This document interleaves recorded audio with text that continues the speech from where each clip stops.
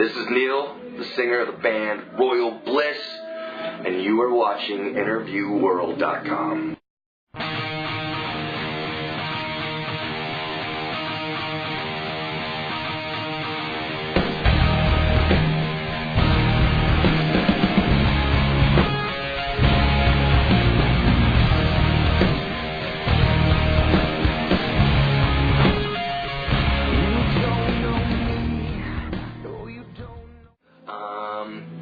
Well, the band was kind of a different band whenever we started. I was dating a girl that went to the high school where everybody else went to school, and kind of just started hanging out with in the same parties and the same circle of friends, and started talking to Chris, and it was just like a bond. Like the chemistry was just dynamite right off the bat in that first practice.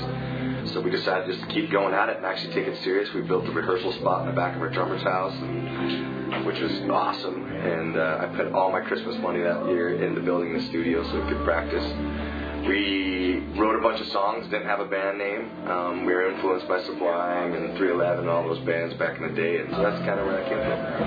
But that is where I came from. I guess you guys hooked up with Rob. Yeah, Rob Daker. How did that come about? One of the radio guys that we hired, who is now our manager, knew Rob as well and brought him in to mix After the Chaos 2. And so he remixed After the Chaos, and then which became After the Chaos 2. We re-recorded two new songs to put on that record with Rob, and just had a good experience with him. So whenever the deal came up, we decided to pick his studio in Portland, get out of Utah, so we didn't have any distractions going on from home.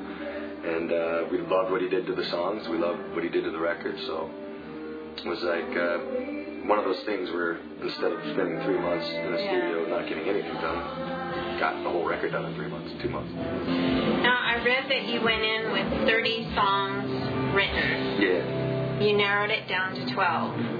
How'd you decide on those 12?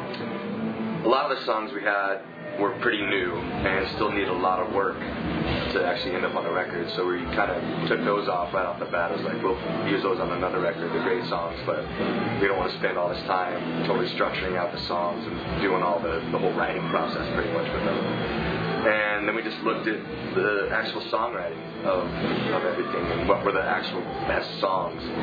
Not necessarily what songs sounded good together or sounded similar or anything like that. It was just best songs. Like I was really surprised at a lot of the really mellower, like the By and By, I Don't Mind, and I Was Drunk even ended up on the record, but they're good songs. Yeah. And at the end of the day, when we put everything together, it just kind of worked. It was like we went through and listened to those 12. And went with the gut. yeah, it was a solid. We thought it was a solid CD, you know, from front to finish. So what's going to happen with the other 12? Maybe record them for the next record. Maybe release them in 20 years Or I as a should B-side. say 18. Yeah, My math is yeah. wrong. Well, I don't know. We might record them, might save them, might For a rainy day. Yeah, exactly. So what's coming up for you guys in the future? We're just going to keep touring and traveling and just getting out there as much as we can in front of people. And we have some great tours coming up. We're out with Bug Cherry and Chevelle and doing a few shows with Shinedown, doing Rock on the Range with like Motley Crue and Avenged Sevenfold and Bug Cherry. And we're just going to stay on the road until the rest of the world hears about us, basically. And then do a new album and then do it again and then do another Keep album. going. Yeah, as long as we can stay alive and keep going. Well, I didn't mean it. All of those nights you swore that you called when you did.